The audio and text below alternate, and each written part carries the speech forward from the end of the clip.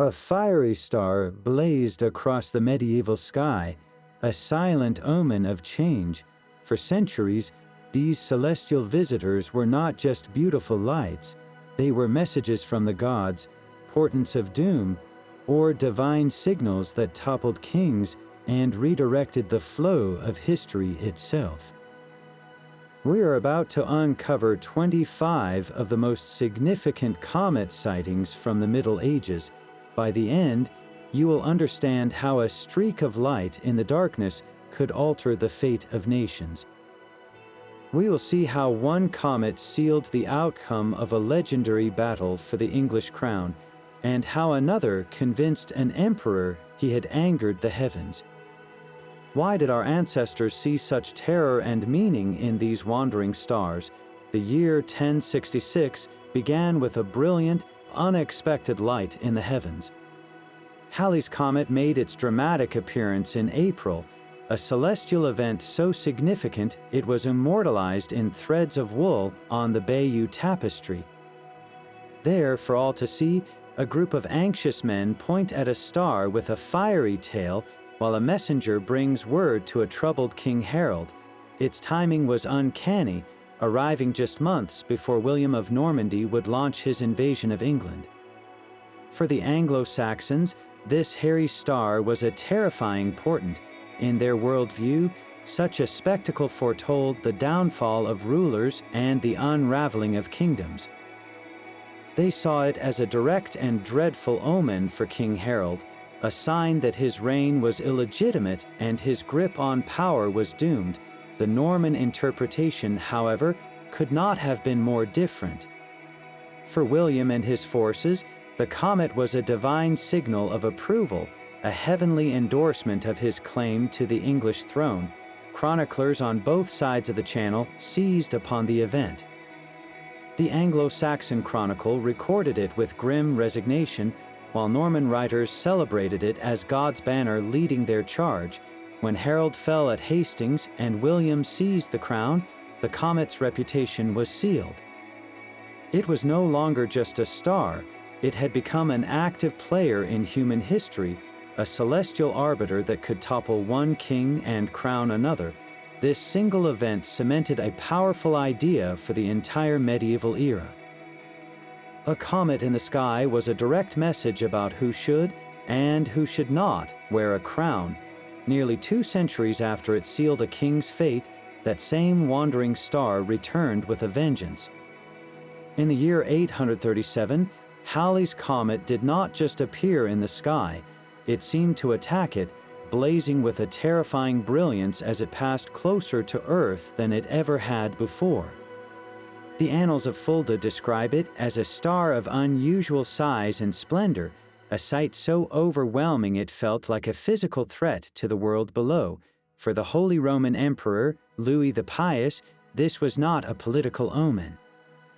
It was a deeply personal and spiritual indictment. He interpreted the comet not as a commentary on his military strength, but on the state of his own soul. Convinced it was a direct sign of God's wrath aimed at him for his past sins and the political strife within his empire, the emperor was consumed by a holy terror. His reaction was immediate and profound. He abandoned his palace, intensified his prayers and penance, and ordered the construction of more churches, desperately seeking to appease the divine anger he saw written across the heavens. This response perfectly captures the medieval mind. A celestial event was not a neutral astronomical phenomenon, it was a moral barometer, its appearance a direct judgment on the ruler's virtue and the health of his realm. The heavens were speaking, and Louis the Pious believed his very salvation depended on listening. That same cosmic dread returned with terrifying force in the winter of 1106. A new star far brighter than Halley's Comet tore across the daytime sky. The Anglo-Saxon Chronicle recorded it with awe, stating it appeared in the southwest, shining with a faint, radiant light, and was visible to all for many nights. This was no ordinary comet, it was a sun grazer, a celestial wanderer that passed so close to our star that it blazed with an almost unbearable intensity. Chronicles from across Europe and as far as China tell the same story of a star visible even at noon, its long, brilliant tail stretched out like a celestial spear. But the most astonishing part of its story happened out of sight. The incredible forces it experienced near the Sun likely caused the great comet of 1106 to shatter. Modern astronomers now believe this single, spectacular event may have been the mother of several other famous comet families, its fragments continuing to orbit the Sun and returning as new, though fainter, visitors centuries later. For medieval observers, such a display could mean only one thing: divine intervention on a global scale. Many across Europe instantly interpreted the comet as a heavenly signal endorsing the Crusades, a holy war that had already seen the capture of Jerusalem. It was seen as God's banner, a cosmic call to arms for the faithful. In the East, Chinese astrologers saw it not as a blessing but as a portent of great upheaval, a sign that the cosmic balance had been disturbed. A single light in the sky became a mirror for the hopes and fears of an entire world, its brilliant fragmentation echoing the fractured and tumultuous state of human affairs. A generation later, the sky sent another message that would mobilize nations. Halley's Comet returned in 1145, its familiar streak of light now interpreted through the lens of holy war. Pope Eugene III saw in its appearance a powerful opportunity. As he prepared to call for a new crusade to reclaim the county of Edessa from Muslim forces, the comet blazed overhead, a ready-made symbol of divine favor. He was not alone in this interpretation. The immensely influential monk, Bernard of Clairvaux, became the Crusade's most powerful preacher, and he too wielded the comet as a key piece of spiritual propaganda. To the masses, he presented the celestial visitor not as a random event, but as a direct sign from God, a heavenly summons for the Knights of Europe to take up the cross. Chronicles from Winchester and other monastic centers explicitly connect the comet's arrival with the launch of the crusade, recording it as a precursor to the Great Mobilization. This was astrological persuasion on a continental scale. For a population steeped in the belief that the heavens reflected God's will, the comet was an undeniable argument. How could one ignore a call to arms that was literally written in the stars? The sight of that fiery wanderer transformed abstract papal doctrine into a visceral, observable truth, fueling a religious fervor that would send thousands marching toward the Holy Land.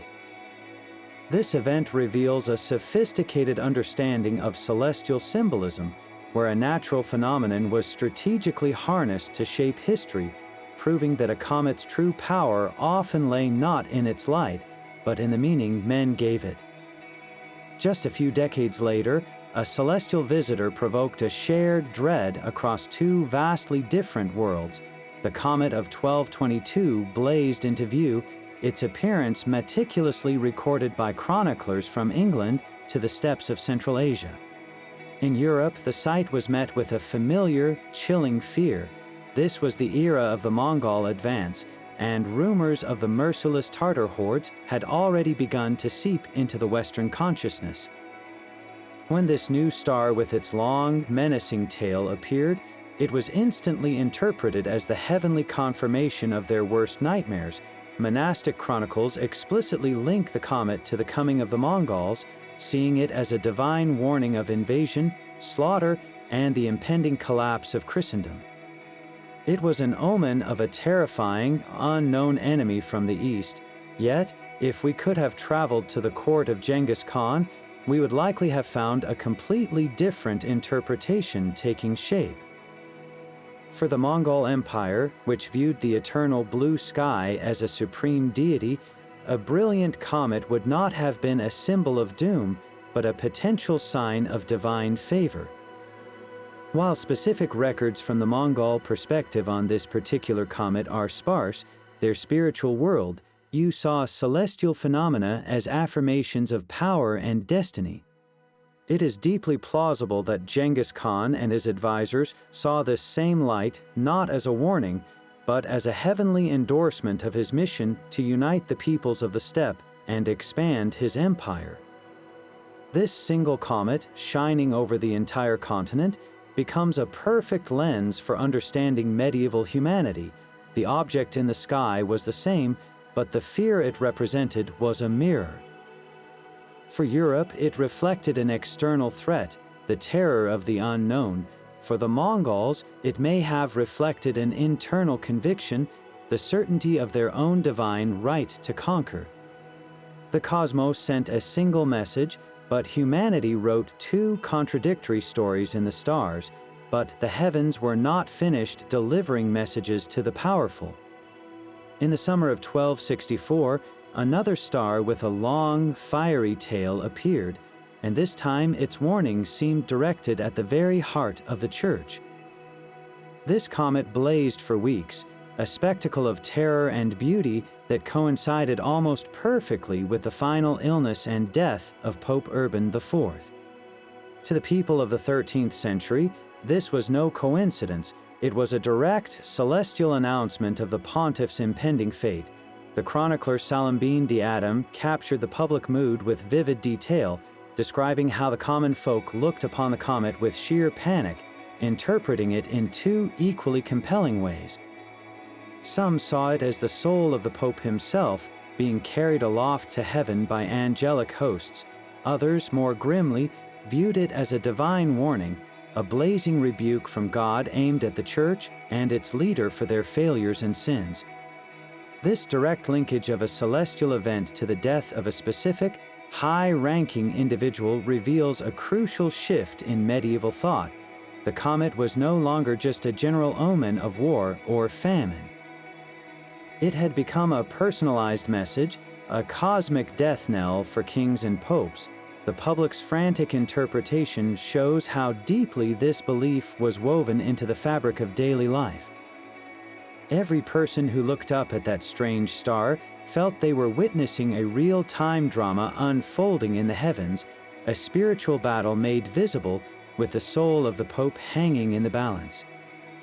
This event cemented the idea that the universe was intimately connected to human affairs, and that the death of a great leader was an event so significant it could not happen without a sign written in fire across the sky. The sky offered a different kind of message in 1301, one that would forever change how we see these celestial travelers. Halley's comet returned, and this time its passage was witnessed not with dread, but with the awe of an artist.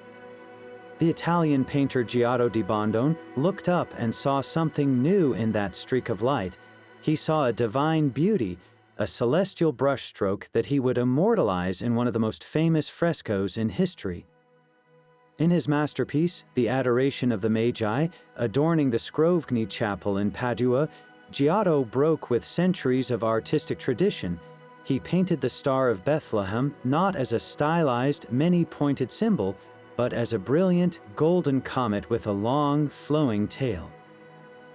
This was a radical act. He had taken an object long feared as a portent of doom and repositioned it at the very heart of the Christian story, transforming it into a beacon of hope and divine guidance. This was far more than a simple artistic choice. It signaled a profound, if gradual, shift in the medieval mind. The comet was slowly being reimagined, moving from a terrifying omen that threatened kings to a beautiful and purposeful sign from God. Giotto's work suggests that some were beginning to see the hand of a creator in the mechanics of the heavens themselves, finding theological wonder in the natural world. The comet over Bethlehem, as he envisioned it, was no longer just a symbol. It was a character in the story, a celestial guide that led the Magi to their destiny. This one painting helped to soften the comet's terrifying reputation, proving that its meaning was not fixed in the stars, but in the human heart and imagination that gazed upon them. The sky itself seemed to declare the start of a war that would last for generations. In 1337, as tensions between England and France erupted into the conflict we now call the 100 Years' War, a brilliant comet blazed into view. Its timing was, for medieval observers, impossibly perfect. Chroniclers on both sides of the English Channel immediately seized upon the celestial event, recording it not as a curiosity, but as the opening act of a divine drama. The medieval chronicler Jean Froissart, whose works meticulously detailed this era, captured the pervasive mood of foreboding that the comet inspired. It was seen as a direct and terrifying portent of the immense bloodshed, the shattered kingdoms, and the decades of struggle that lay ahead. This was not a vague omen of bad times. It was read as a specific prophecy of the war itself. How could such a belief shape the actions of kings and soldiers? For the English, under the ambitious King Edward III, the comet could be interpreted as a sign of divine favor for his claim to the French throne. It was a heavenly signal that his cause was just, a cosmic banner to follow into battle. For the French, defending their homeland, the same streak of light might have represented a warning of invasion, a call to righteous defense sanctioned by the heavens. Both sides could look at the exact same celestial fire and draw from it the conviction that God was on their side. This was the true power of the omen. It bolstered the morale of armies marching off to fight, giving them a sense of cosmic purpose. It provided a powerful tool for propaganda, allowing leaders to frame their territorial and political ambitions as a fulfillment of a divine plan written in the stars. The 1337 comet became more than just a light in the sky. It became the first battle cry of a century-long war, a silent partner in the conflict that convinced thousands of men they were fighting under the watchful eye of destiny itself. Far to the east, a different dynasty watched the stars for its own verdict. In the spring of 1368, court astronomers across Korea and China looked up and recorded the arrival of a brilliant broom star. The Goryeosa, the official history of Korea's Goryeo dynasty, documents its appearance with meticulous care, a sign of its profound importance. In the Chinese cosmological system, a comet was never just a star. It was a celestial broom, a xingbo, whose purpose was to sweep away corrupt rulers and clear the heavens for a new, virtuous order. Its appearance was a direct and terrifying judgment on the emperor's mandate of heaven. And in 1368, that mandate was hanging by a thread. The Mongol-led Yuan dynasty, established by Kublai Khan a century before, was crumbling under internal rebellion and widespread discontent. For decades, a monk-turned-rebel leader named Zhu Yuanzhang had been building a powerful movement to overthrow the foreign Mongols and restore native Han Chinese rule. When this brilliant broom star swept across the sky, it was interpreted as the final, undeniable sign that the mandate of heaven had been withdrawn from the Yuan. The celestial order was aligning with the chaos on the ground, validating Zhu Yuanzhang's rebellion as a righteous and cosmically sanctioned act. The comet's appearance became a powerful propaganda tool for the rising Ming faction, proof that their cause was not merely a military campaign, but a necessary act of cosmic housecleaning. Later that same year, Zhu Yuanzhang captured the Yuan capital of Dadu, declared himself the Hongwu emperor, and founded the great Ming dynasty. The broom star had done its work, sweeping a 300-year-old khanate from the throne of China and heralding a new era that would last for centuries. This event shows us a system of celestial interpretation far more formalized than in the West, where a comet was not a vague omen, but a specific administrative decree from the cosmos itself. A new celestial omen appeared in the summer of 1402, its light falling upon two of the most powerful men in the world, as the Ottoman Sultan Bayezid I and the Turco-Mongol conqueror Timur, known to history as Tamerlane, marched their vast armies toward a decisive confrontation. A brilliant comet blazed in the sky. For the soldiers in both camps, This was an undeniable signal. The heavens were announcing a clash of empires. To Bayezid's Ottoman troops, the comet likely appeared as a dire warning against the pagan invader from the east, a sign that God was testing their faith. But in the camp of Timur, a leader who saw his own destiny written in the stars, the very same light would have been interpreted as a divine endorsement, a cosmic blessing for his campaign to humble the rising Ottoman power. The two forces met at the Battle of Ankara on July 28th, in a brutal confrontation fought in the scorching heat. The outcome was a catastrophe for the Ottomans. Sultan Bayezid was captured, his army shattered. The news reverberated across Europe and the Islamic world with the force of an earthquake. The mighty Ottoman Sultan, the Thunderbolt, was now a prisoner in a golden cage. In the years that followed, chroniclers from Venice to Damascus did not record this as a simple military defeat. They inextricably linked the fall of a sultan to the comet that had preceded it. That celestial fire became, in the medieval imagination, the very spark that ignited the powder keg of history. The comet of 1402 demonstrated with terrifying clarity that these signs in the sky were not just about the rise and fall of kings, but about the fate of entire empires, capable of halting the march of a dynasty in its tracks and rewriting the map of the world in a single star-crossed day. Even a pope could declare war on the heavens. As Halley's comet returned in 1456, it found a Europe gripped by fear. The Ottoman Empire, under Sultan Mehmed II, the conqueror of Constantinople, was now laying siege to the Hungarian fortress of Belgrade, the last major Christian stronghold standing in its path. When the comet's familiar fiery tail unfurled across the sky, it was not seen as a celestial wonder, but as an instrument of the devil, a malevolent omen heralding the final triumph of Islam over Christendom. In this moment of existential crisis, Pope Calixtus III took a drastic and unforgettable step. He issued a papal bull that formally excommunicated the comet itself, banishing the celestial intruder from the heavens and ordering it to depart.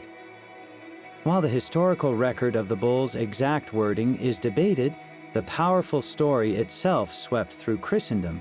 The Pope was not just praying for deliverance, he was commanding the very forces of nature, using the full spiritual authority of the Church to combat a cosmic threat. He ordered church bells to be rung every day at noon, a call to prayer for divine intervention against both the comet and the Ottoman armies. This was more than superstition, it was a psychological battle for the soul of Europe. Then, against all odds, a ragtag army led by the Hungarian hero John Hunyadi broke the siege in a stunning victory. The Ottoman advance was halted. In the aftermath, the comet's meaning was completely transformed. It was no longer seen as a portent of doom, but reinterpreted as a divine test of faith. God had sent the terrifying sign to see if Christendom would despair or fight on, and their victory proved they had passed the test. The very object the Pope had cursed was now celebrated as a catalyst for a miracle. This event reveals a fascinating flexibility in medieval thought, where the interpretation of a celestial sign could be utterly reversed by the unfolding of human events, proving that the true power of a comet lay not in its light, but in the courage of those who defied it. A brilliant streak of light in 1472 did more than terrify the masses. It ignited a new way of seeing the cosmos. While most of Europe looked upon the great comet of that year with their usual superstitious dread, one man in the city of Nuremberg saw a puzzle to be solved. The German astronomer and mathematician Johannes Müller, known to history as Regiomontanus, turned his instruments toward the visitor with a revolutionary intent. He was not interested in omens, he wanted data. Using an astrolabe and other precision tools of his own design, he meticulously tracked the comet's position night after night, measuring its path against the fixed background of stars with an accuracy no one had ever before achieved. His observations revealed a startling truth. The comet was not a fiery exhalation in the Earth's atmosphere, as Aristotle had taught for centuries. It was moving through the realm of the planets, far beyond the moon, a celestial object in its own right. This was a direct, empirical challenge to the ancient authority that had governed medieval thought. Regiomontanus did not just observe the comet, he published his findings, distributing his data across the scholarly networks of Europe. His work provided a tangible, mathematical blueprint of a comet's journey, a foundation upon which future minds could build. This marked a profound shift in the human relationship with the heavens. The comet was no longer just a symbol to be interpreted, but a physical phenomenon to be measured and understood. The meticulous work of one man in a German workshop began to pry open the medieval sky, replacing fear with calculation and superstition with the first, firm steps of a scientific revolution. Across the sea, the Japanese archipelago watched the same heavens with a different kind of reverence. The ancient chronicle, known as the Nihon Shoki, records two comets that would become deeply woven into the fabric of the nation's early history. The first appeared in the year 684, a brilliant and terrifying broom star that crossed the sky. Its arrival was immediately followed by one of the most catastrophic disasters in Japan's ancient history, the Great Hakuho earthquake. This was not a minor tremor, but a cataclysmic event that shook the entire island, triggering massive tsunamis that devastated coastal communities and causing widespread destruction. For the court of Emperor Tenmu, the sequence was unmistakable. The comet was not a mere coincidence, it was a direct celestial rebuke. The heavens had displayed a warning sign, and the earth itself had convulsed in response. This interpretation prompted a profound and immediate political response. The court initiated a sweeping series of reforms known as the Hakuho reforms, which aimed to centralize imperial power and reorganize the government. It was as if the earthquake had shattered the old political order, and the comet's light illuminated the path to a new, more stable state. The celestial event became a catalyst for building a stronger, more resilient Japan from the rubble of a natural disaster. Nearly 80 years earlier, another comet had signaled a different kind of transformation. In the year 607, during the reign of the influential Empress Suiko and her regent, Prince Shotoku, a comet was seen in the sky. This period was one of intense cultural and diplomatic awakening for Japan, a time when the island nation was actively looking toward the mighty Tang dynasty in China as a model of civilization. The comet's appearance coincided with one of the most significant diplomatic missions in Japanese history, the dispatch of the first official Japanese embassy to the Chinese court. This was not a simple trade delegation, it was a monumental effort to absorb the very foundations of Chinese culture, from its complex system of writing and its sophisticated legal codes to the profound teachings of Buddhism. While the chronicles do not explicitly state that the comet caused the mission, its timing is deeply symbolic. In the context of a court that saw the heavens as deeply connected to earthly rule, the brilliant visitor would have been interpreted as a celestial blessing for this bold venture.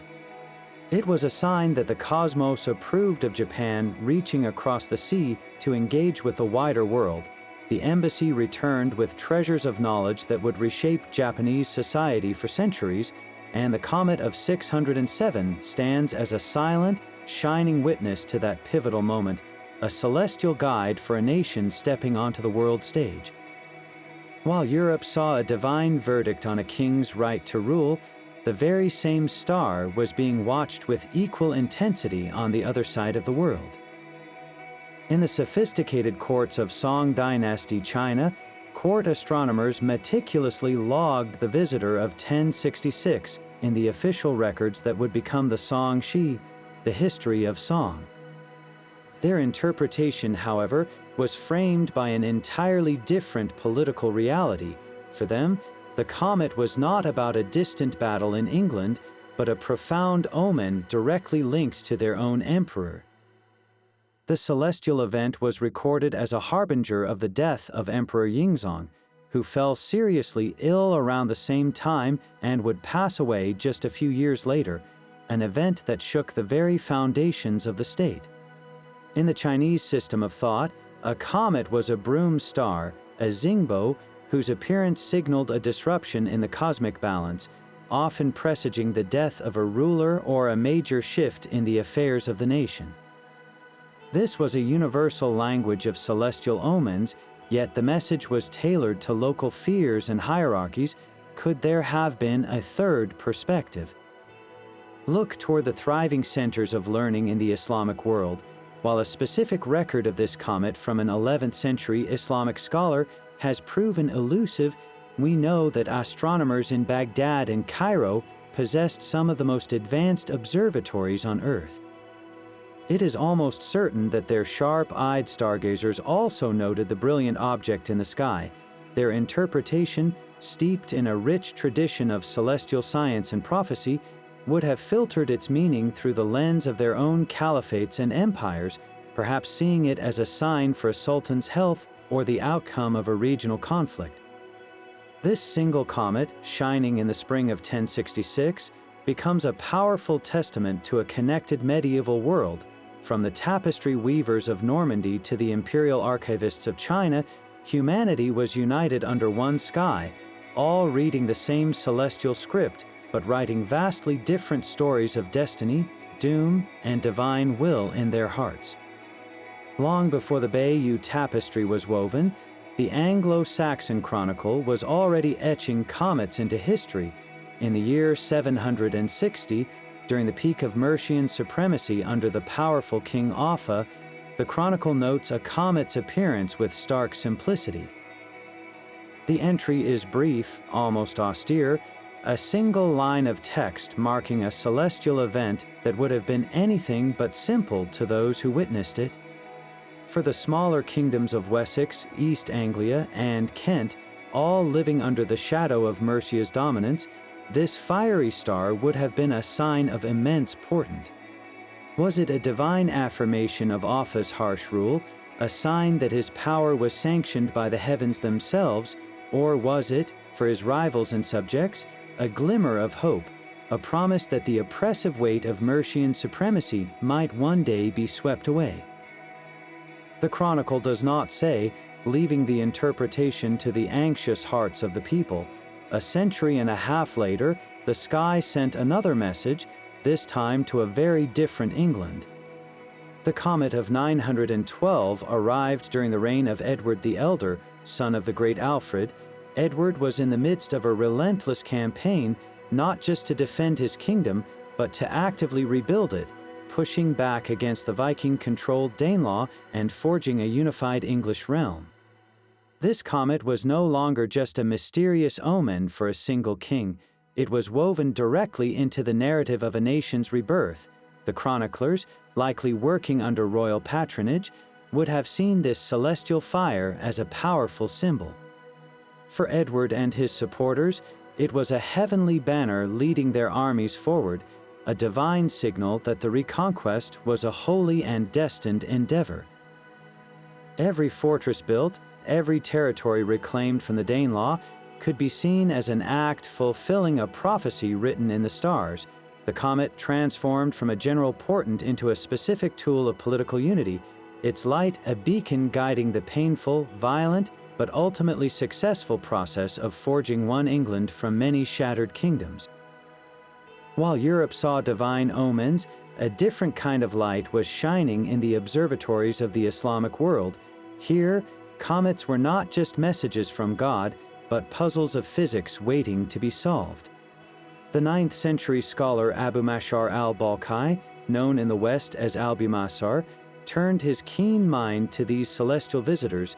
In his expansive work, the Book of Flowers, he compiled the knowledge of the ancients while adding his own meticulous observations.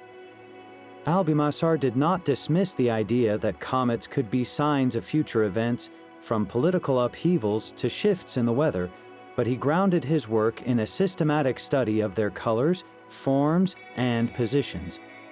He was building a grand, predictive science of the heavens, one where a comet's appearance could be catalogued and its potential earthly influences methodically considered.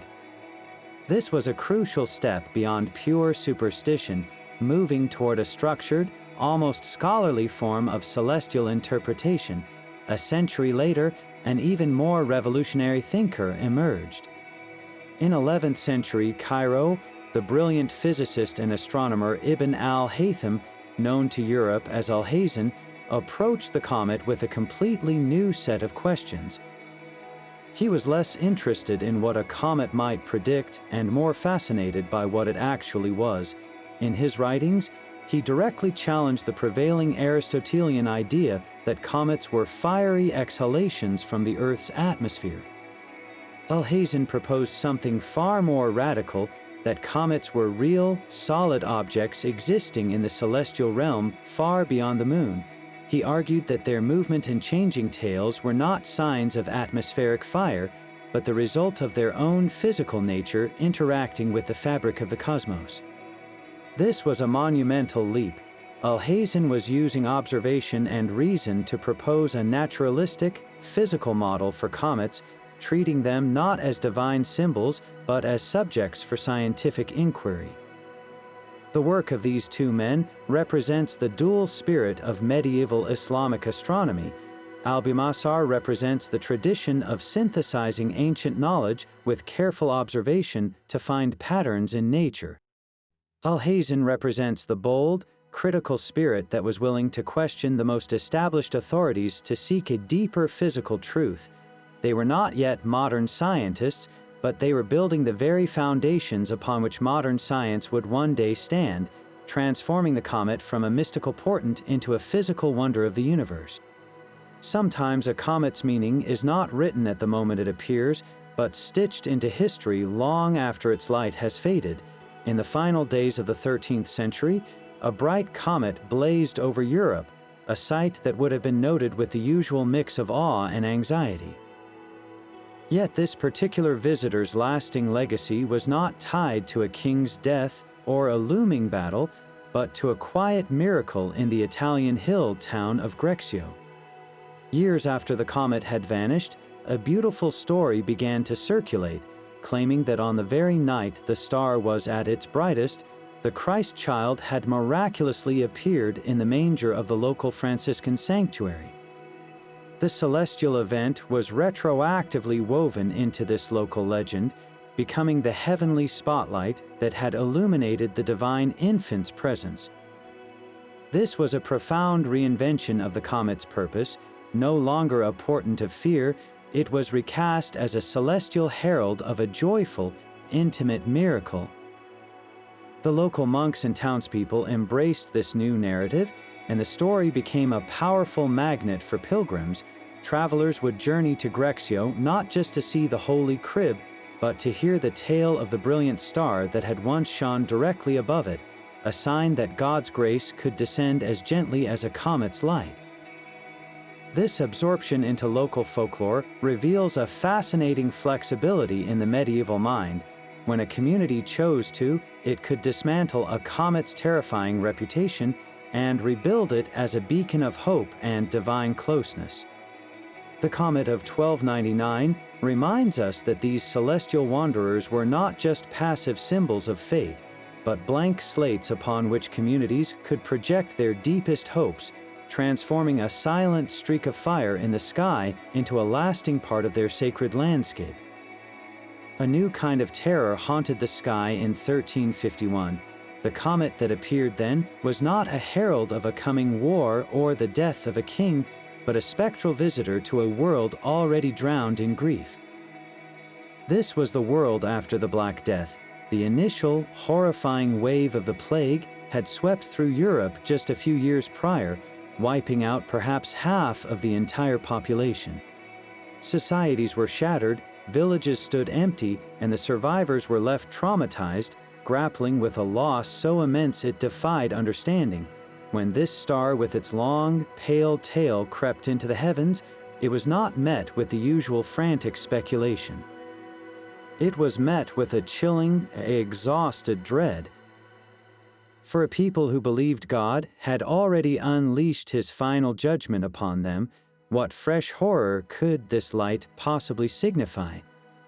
Was it the final curse, a sign that the pestilence was returning to finish its grisly work, or, in a desperate, hopeful twist, could it be a sign of closure, a celestial marker that the worst was finally behind them? Chronicles from this period are sparse, written by the few who remained, and they reflect this profound ambiguity. Some monastic records simply note the comet's appearance alongside the ongoing devastation, linking the two events in a chain of endless divine wrath. The heavens themselves seem to be in mourning, their orderly lights replaced by this eerie, wandering ghost, yet there is also evidence of a fragile, emerging hope. In a world stripped of so much, the very survival of this comet, a familiar celestial phenomenon from a time before the plague, might have been seen by some as a sign that the natural order was slowly, painfully reasserting itself. The universe had not ended. Life, in all its strange and terrible forms, was continuing. This single comet became a mirror for the shattered psyche of a continent, reflecting both the depths of human despair and the first, faint glimmers of a will to endure. High above the Swiss city of Basel, a new star blazed into view, its light falling directly upon a gathering that sought to heal a fractured faith.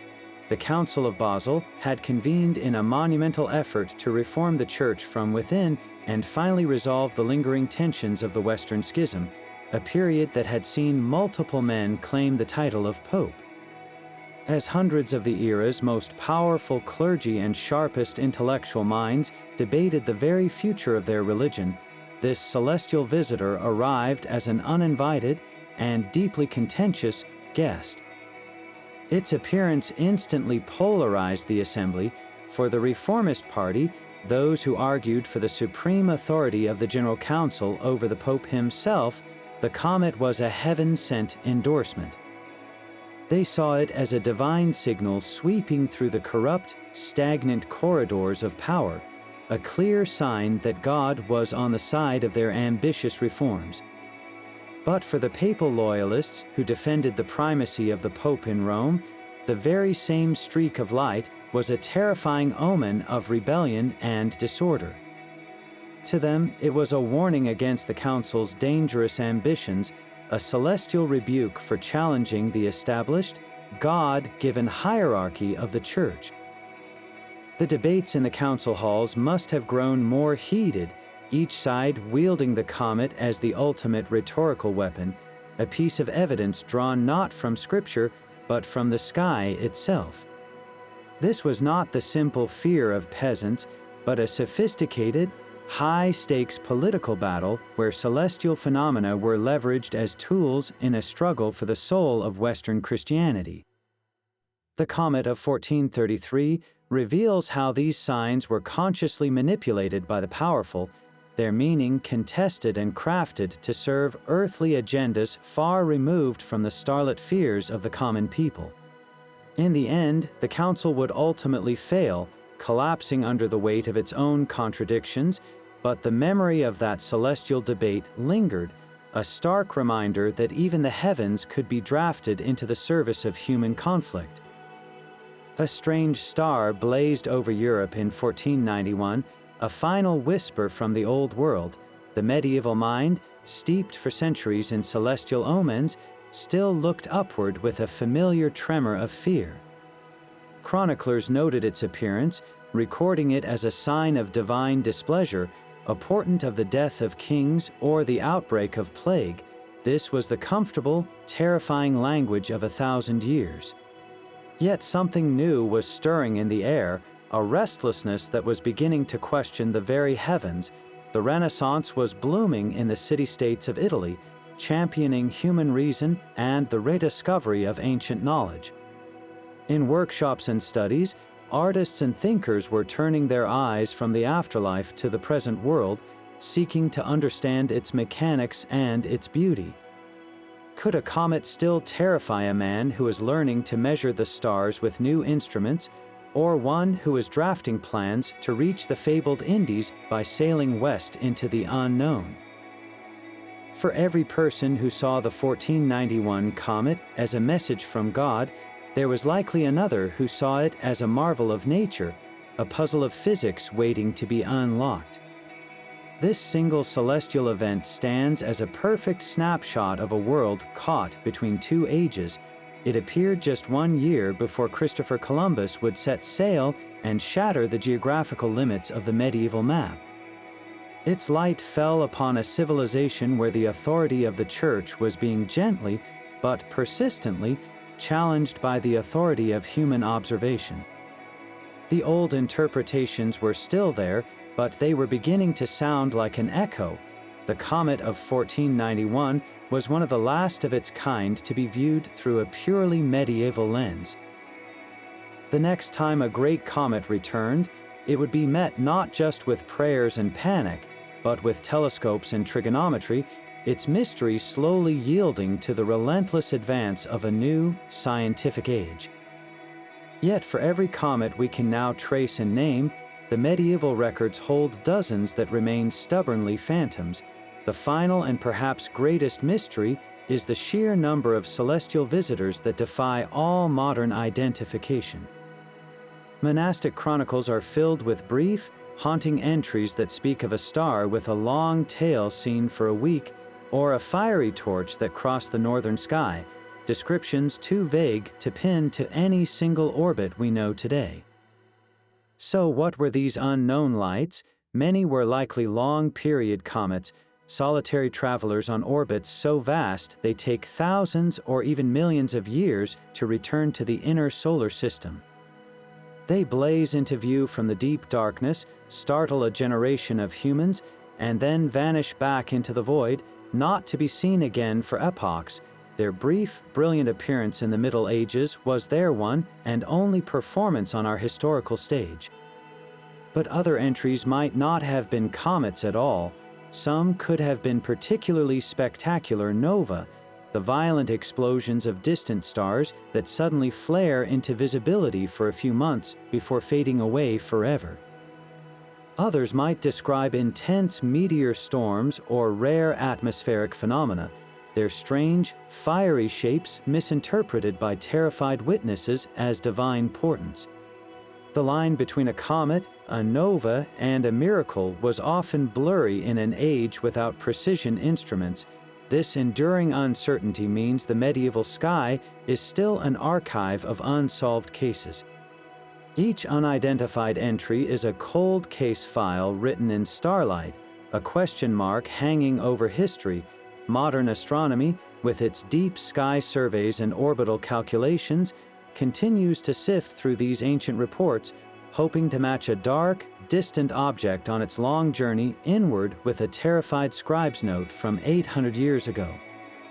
The work of decoding the fears and wonders of the past is not yet finished. The heavens these ancestors watched still hold their secrets, silent and patient, waiting for the right key to turn. So what was this celestial messenger, this terrifying omen that could topple kings? In its simplest form, a comet is a cosmic iceberg, a great, dark mountain of ice and rock tumbling through the void. These icy wanderers originate in the deep freeze of the outer solar system, from vast, distant reservoirs known as the Kuiper Belt and the even more remote Oort cloud. They are ancient relics, pristine leftovers from the very formation of our planetary system. Their journeys are defined by a highly elliptical orbit, a long, stretched-out path that sends them on a breathtaking plunge from the frozen darkness inward toward the sun. Picture a slingshot of unimaginable scale. For most of their long lives, they are invisible, frozen nuclei drifting in the black, but as they fall closer to the sun, the heat begins to work its magic. The ices on their surface start to vaporize, releasing immense clouds of gas and dust that blossom around the nucleus, forming a glowing head called the coma. The radiation and solar wind from the sun then blow this material away, sculpting it into the magnificent, flowing tails that can stretch for millions of miles across the solar system. This is why a comet can have two distinct tails, one of dusty gold reflecting sunlight, and another of glowing ionized gas, always pointing directly away from the solar wind. For medieval sky watchers, this entire process was an utter mystery. They had no concept of these elliptical orbits that could take centuries or even millennia to complete. A comet would simply appear without warning, a brilliant and terrifying stranger in the familiar constellations. Its path seemed chaotic, untethered from the orderly dance of the planets. Its form was fluid and ever-changing, growing and shifting night by night. This profound unpredictability was the key to its power. How could such a spectacular, rule-breaking object be anything other than a deliberate message, a direct intervention from a higher power? Its very nature, a sudden and inexplicable rupture in the predictable order of the heavens, made it the perfect blank slate for humanity's greatest hopes and deepest fears. That scientific curiosity was blooming in a world still deeply rooted in ancient dogma. For 1,000 years, the dominant explanation for comets came not from scripture, but from the mind of a Greek philosopher. Aristotle had taught that comets were not celestial objects at all, but earthly exhalations. He believed they were hot, dry, gaseous fumes that rose from the world below, collecting in the upper atmosphere where they could be ignited by the fierce friction of the celestial spheres turning overhead. In this view, a comet was a kind of cosmic wildfire, a transient atmospheric flame that burned briefly before vanishing back into nothingness. This idea placed them firmly in the terrestrial realm, below the perfect and unchanging moon, which explained their sudden, unpredictable appearances. They were anomalies in the air, not visitors from the deep beyond, but down in the villages and fields, a far more vivid and terrifying folklore took hold. For the common person, a comet was never a simple exhalation. It was a burning sword, a divine weapon held aloft by an angry god, ready to strike down a sinful kingdom. It was a dragon, its long, fiery tail a sign of a monstrous serpent coiling through the constellations. Some saw it as the tormented soul of a great king or saint, ascending to heaven or being dragged down to hell, a celestial drama of salvation and damnation playing out for all to witness. This vibrant imagination is preserved in the pages of illuminated manuscripts and bestiaries. In these books, we do not find dry astronomical charts. Instead, we see fantastical illustrations where comets are depicted as flaming castles in the sky, their tails made of shimmering, angry faces. They are painted as great, coiled serpents with scales of fire, their heads spewing golden embers across a dark blue page. One stunning image from a medieval chronicle shows a comet as a magnificent, stylized star, from which a long, blood-red streamer unfurls like a royal banner, pointing directly toward a castle below, a clear visual omen of the fate awaiting its inhabitants. These artists were not trying to depict a scientific reality, they were capturing a psychological one. The bestiary, a book of beasts both real and imagined, treated the natural world as a vast collection of moral symbols. In this context, a comet was just another strange creature to be catalogued, a beast of the heavens whose appearance held a specific, divinely ordained meaning. The clash between these two worldviews is fascinating. The Aristotelian model, for all its scientific inaccuracy, was a rational attempt to explain the phenomenon within a structured system of nature. The folkloric view was an emotional and symbolic response to an event that felt deeply personal and supernatural. A scholar in a university might debate the qualities of hot, dry air, while a farmer in his field crossed himself in terror at the sight of a flaming dragon. Both were looking at the same light in the sky, but they were living in two entirely different universes, one of logic and one of legend, both trying to make sense of a wonder that defied easy understanding. That deep primal fear of comets did not vanish with the Middle Ages. It simply found new forms, echoing through the centuries in our art, our stories, and our politics. For generations, the image of a star with a fiery tail remained a universal shorthand for doom, a symbol of divine wrath that playwrights like Shakespeare wielded to foreshadow the fall of kings and the unraveling of order. This inherited dread reached a fever pitch in the spring of 1910, when Halley's Comet returned and newspapers sensationalized the discovery of cyanogen gas in its tail. The idea that our planet might pass through this poisonous veil sparked a global panic, a modern version of the medieval terror that saw people sealing their windows, buying quack antidotes, and awaiting the end of the world.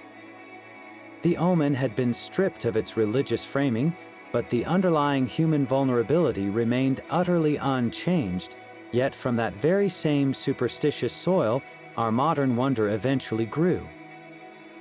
The meticulous observations of monks and the radical questions of thinkers like Regiomontanus and Alhazen planted the first seeds of a new understanding. We no longer look up and see a burning sword of judgment. Instead, we see a time capsule from the birth of our solar system, a celestial messenger carrying the primordial ingredients for life itself. Our scientific appreciation for these beautiful icy wanderers, with their magnificent tales and profound secrets, is the direct descendant of that medieval awe. We have not lost the mystery, we have simply learned a new, more glorious language with which to read it, from the fiery star that crowned William the Conqueror to the spectral light that haunted a world ravaged by plague. These 25 celestial wanderers were far more than astronomical events. They were the universal canvas of the medieval mind. A king saw his own salvation hanging in the balance, an emperor interpreted a blazing tale as a divine judgment on his soul, and an entire continent saw the advance of Mongol hordes written in the stars. Each culture, from the scriptoriums of Europe to the imperial courts of China, looked upon the same silent messenger and painted it with the colors of their own deepest anxieties and highest aspirations. The true story of these comets is not just about ice and dust, but about us, about a humanity trying to find meaning in the vast, dark expanse above. The next time you find yourself beneath a clear night sky, remember that you are looking up at the same heavens that once held such terror and wonder. Which of these stories resonated most with you? Was it the comet that sealed a king's fate at Hastings, or the one that convinced a pope to excommunicate the heavens themselves? Share your favorite medieval comet story in the comments below, and be sure to subscribe for more journeys into the mysteries of the past.